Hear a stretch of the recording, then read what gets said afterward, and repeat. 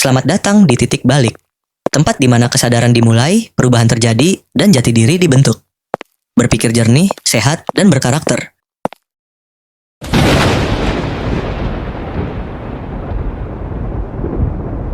Apakah benar ada anggota DPR yang mengusulkan legalisasi judi?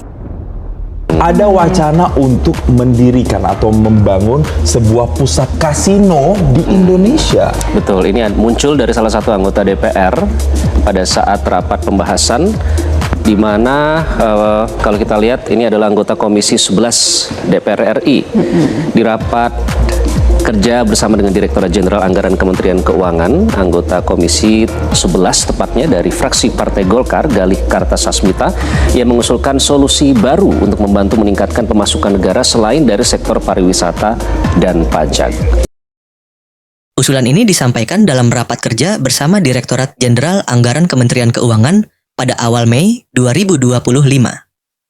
Galih menyarankan agar pemerintah mempertimbangkan pembukaan kasino sebagai salah satu sumber penerimaan negara, bukan pajak atau PNBP, dengan mencontoh langkah negara-negara seperti Uni Emirat Arab dan Thailand yang mulai mengeksplorasi legalisasi kasino untuk meningkatkan pendapatan negara. Ya sekali juga dengan alamnya Pak ya, gitu. Jadi ya mohon maaf nih, bukannya mau apa-apa, tapi UAE kemarin udah mau jalanin kasino Pak. Coba negara Arab menjalanin kasino itu kan maksudnya mereka out of the box banget gitu. Alasan Galih Kartasasmita: 1. Meningkatkan penerimaan negara. Ia menyarankan agar pemerintah berpikir kreatif dan mencari sumber pemasukan baru bagi negara di luar pajak dan utang, termasuk mempertimbangkan sektor yang selama ini dilarang namun berpotensi menghasilkan, seperti kasino. Kedua, mencontoh negara lain. Galih mencontohkan negara-negara seperti Uni Emirat Arab, Thailand, dan Jepang yang mulai membuka atau mempertimbangkan legalisasi kasino dengan pengawasan ketat untuk mendatangkan wisatawan dan pendapatan tambahan. 3. Bersifat terbatas dan terkontrol. Ia mengusulkan jikapun kasino dibuka, maka harus bersifat terbatas, terkontrol secara ketat, dan hanya diperuntukkan bagi wisatawan asing, bukan untuk warga negara Indonesia, mirip dengan sistem di beberapa negara. Keempat, mendorong pendekatan ekonomi kreatif. Ia menyebutkan bahwa pendekatan pemerintah dalam mencari pemasukan jangan selalu konvensional. Dengan regulasi yang baik, ide-ide non-tradisional bisa menjadi solusi fiskal jangka panjang. Namun, Galih membantah bahwa ia secara eksplisit mengusulkan pelegalan judi, melainkan hanya meminta pemerintah mempertimbangkan berbagai opsi alternatif yang potensial untuk meningkatkan pendapatan negara. Sejauh mana pro kontra legalitas judi ini? Berikut pro dan kontra wacana legalisasi kasino atau judi yang diusulkan oleh anggota DPR Galih Kartasasmita. Di samping alasan yang dikemukakan oleh Galih di atas, argumentasi lainnya adalah 1. Menarik wisatawan mancanegara. Jika diatur hanya untuk turis asing, kasino bisa menjadi daya tarik wisata seperti di Makau, Singapura, dan Las Vegas. Potensi membuka lapangan kerja di sektor pariwisata dan hiburan. 2. Regulasi lebih baik dari aktivitas ilegal. Saat ini judi ilegal marak dan sulit dikendalikan. Dengan legalisasi dan regulasi ketat, pemerintah bisa mengontrol peredaran uang dan dampak sosialnya. 3. Meningkatkan ekonomi daerah tertentu. Kasino bisa dijadikan zona ekonomi khusus, diletakkan di daerah terpencil atau destinasi wisata, sehingga meningkatkan pertumbuhan ekonomi lokal.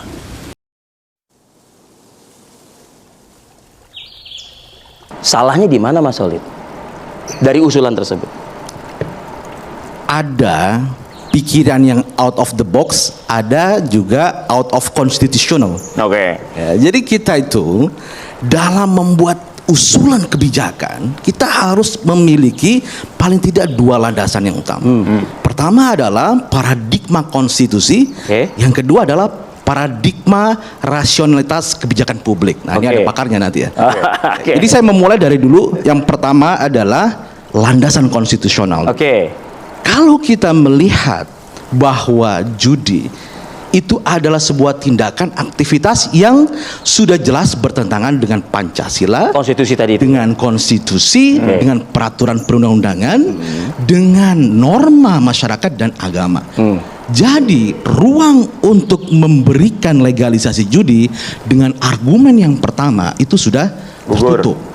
Di tahun 2010 itu menurut Anda tertutup ya? Tidak, menurut Mahkamah Konstitusi. Oke, menurut Mahkamah Konstitusi. Mahkamah Konstitusi tahun 2010 pernah melakukan putusan terkait hal ini. Iya.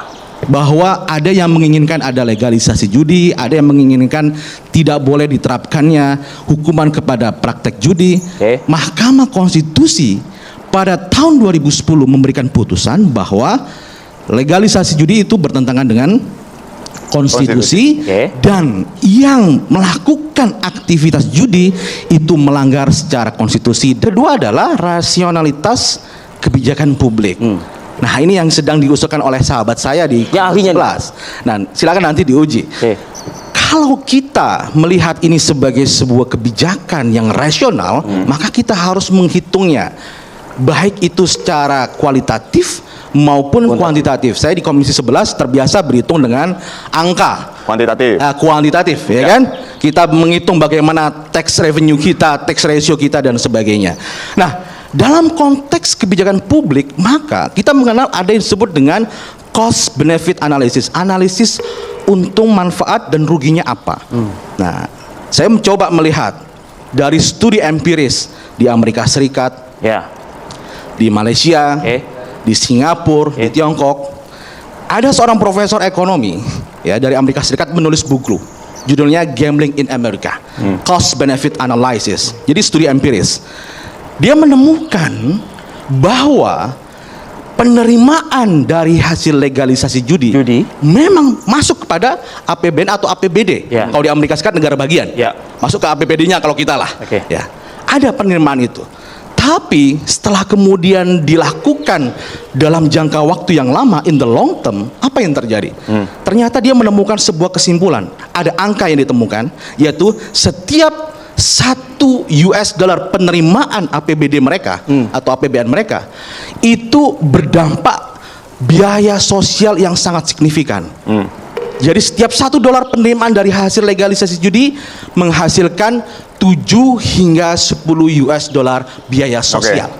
Artinya in the long term, dalam jangka panjang, kebijakan legalisasi judi itu tidak rasional secara kebijakan. Baik. Argumentasi yang kontra penolak wacana legalisasi kasino adalah 1. Bertentangan dengan nilai agama dan moral bangsa. Mayoritas agama di Indonesia, termasuk Islam, melarang segala bentuk judi. MUI menyebut ini sebagai upaya merusak moral bangsa dan bertentangan dengan konstitusi. 2. Potensi merusak sosial dan keluarga. Judi bisa menyebabkan kecanduan, kehancuran ekonomi rumah tangga, perceraian, dan tindak kriminalitas. Sulit memastikan hanya wisatawan asing yang terlibat. 3. Risiko korupsi dan pencucian uang. Industri kasino rentan digunakan sebagai sarana money laundering. Pengawasan bisa lemah, apalagi bila sistem birokrasi belum bersih sepenuhnya. 4. Preseden bahaya untuk regulasi lainnya. Jika kasino dilegalkan, bisa membuka jalan untuk legalisasi aktivitas berisiko lainnya seperti prostitusi atau miras bebas. Kesimpulannya, wacana ini memang menyentuh aspek fiskal dan ekonomi, tapi berhadapan langsung dengan norma agama, moral masyarakat, dan hukum yang berlaku. Sejauh ini, mayoritas publik dan tokoh agama menolak gagasan ini karena lebih banyak dampak negatif sosialnya dibanding potensi keuntungannya. Jika dikatakan bahwa pengusul pelegalan judi minimalnya punya salah satu kemungkinan dari 4 motif berikut. 1. Dia bukan seorang yang anti judi, atau 2. Dia bukan seorang muslim, atau 3. Dia berusaha berpikir kreatif tapi kebablasan, atau 4. Dia dibayar oleh cukong perjudian. Pernyataan tersebut bisa merupakan analisis opini kritis, tetapi perlu diformulasikan dengan hati-hati agar tidak terkesan tuduhan langsung tanpa bukti. Setidaknya bisa disampaikan bahwa 4 dugaan latar belakang pengusul legalisasi judi. Pertama, tidak memiliki sikap tegas anti judi. Nah, padahal tadi saya dan Pak Agus sudah sepakat bahwa tidak ada WNI yang boleh main. Itu yang pertama. Yang kedua, WNA yang datang pun WNA yang punya duit. Gitu kan. Dan ini terisolir. Nah, sekarang pertanyaannya, dampak sosial apa sih yang kira-kira orang asing main dirasakan oleh masyarakat kita? Artinya, ia mungkin memandang judi bukan sebagai masalah moral atau sosial yang serius. Ini berbeda dengan mereka yang secara konsisten menolak segala bentuk perjudian karena melihat kerusakannya bagi masyarakat. Itu satu. Yang kedua, kebetulan di daerah saya cukup lazim yang namanya tajen, yang namanya bola adil, namanya beberapa hal yang lainnya juga. Nah, ini pun ada sekarang. Ya. Kedua, kemungkinan bukan berangkat dari nilai agama yang melarang judi. Jika ia seorang muslim, usul itu sangat kontradiktif dengan ajaran agama yang tegas melarang judi yang dikenal dengan istilah maisir. Jika bukan, ia bisa jadi lebih longgar dalam menimbang nilai moral berbasis agama. Dan tidak bisa dipungkiri bahwa penghasilan dari perjudian yang merupakan adat kita ini dimanfaatkan oleh oknum-oknum, malah nggak masuk ke penerimaan negara, ya kan? Yang ingin saya dorong adalah bagaimana kita menciptakan sebuah kawasan seperti di ITDC dulu itu. ITDC itu masyarakatnya itu nggak punya SDA, Pak. Kita di Bali nggak punya SDA, kita cuma mengandalkan pariwisata, nggak bisa bercocok tanam. Itu tanahnya tanah kapur di sana. Kalau ke Uluwatu sekarang tuh tanah kapur semua. Akhirnya pemerintah berinisiatif untuk bikin ITDC. Jadi untuk mendorong investasi kan, ada hotel-hotel bintang 5 dan lain-lain, dan itu terkontrol. G20 aja bisa dilaksanakan di sana. Ketiga, berpikir out of the box, tapi kehilangan arah etis dan sosial. Bisa jadi niat awalnya mencari sumber pendapatan alternatif negara, tapi pendekatan kreatif ini menjadi bumerang jika mengorbankan nilai-nilai sosial, moral, dan kesejahteraan rakyat. Keempat, berpotensi dipengaruhi atau didorong oleh kelompok berkepentingan. Kita tidak menuduh langsung, tetapi tak bisa menutup mata terhadap adanya industri judi ilegal yang sangat kuat dan bisa saja melobi pihak tertentu untuk mendorong legalisasi. Ketika seorang wakil rakyat mengusulkan legalisasi judi, publik berhak bertanya, apakah ini demi rakyat, demi logika ekonomi, atau demi kepentingan tersembunyi yang belum terungkap? Sekarang, kita beralih dari anggota DPR RI ke Menteri, Budi Aris Setiadi. Mantan Menteri Komunikasi dan Informatika atau Menkominfo yang kini menjabat Menteri Koperasi Budi Aris Setiadi tengah berada di pusaran skandal dugaan upaya melindungi 1.000 situs judi online yang melibatkan 11 pegawai Kementerian Komunikasi dan Digital atau Komdigi yang dulu pernah dipimpinnya.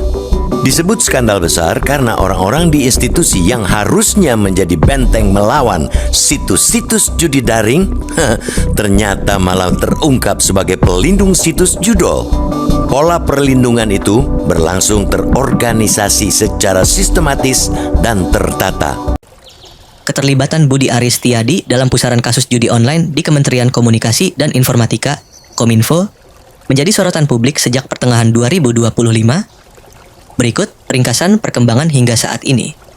Tuduhan keterlibatan.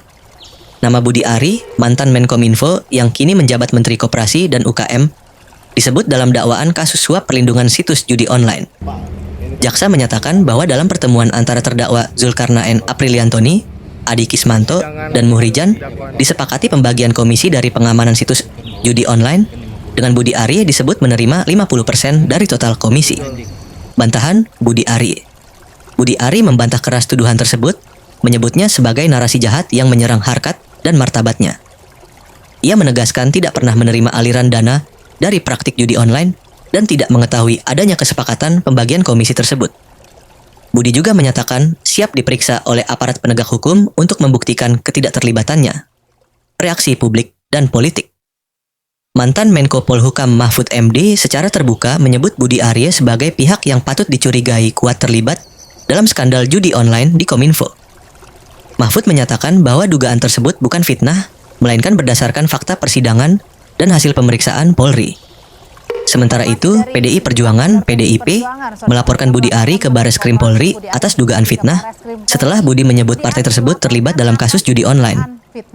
PDIP menilai pernyataan Budi mencemarkan nama baik partai dan menjeratnya dengan pasal pencemaran nama baik dan fitnah. Seharusnya tuh yang bertanggung jawab Budi Ari. Kenapa? Karena Adi Kiswanto ini ternyata bukan sarjana.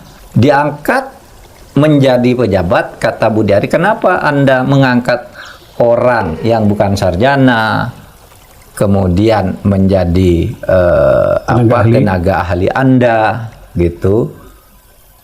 Kok ceroboh sekali, lalu menggunakan tempat kantor Anda untuk mengoperasikan perjudian.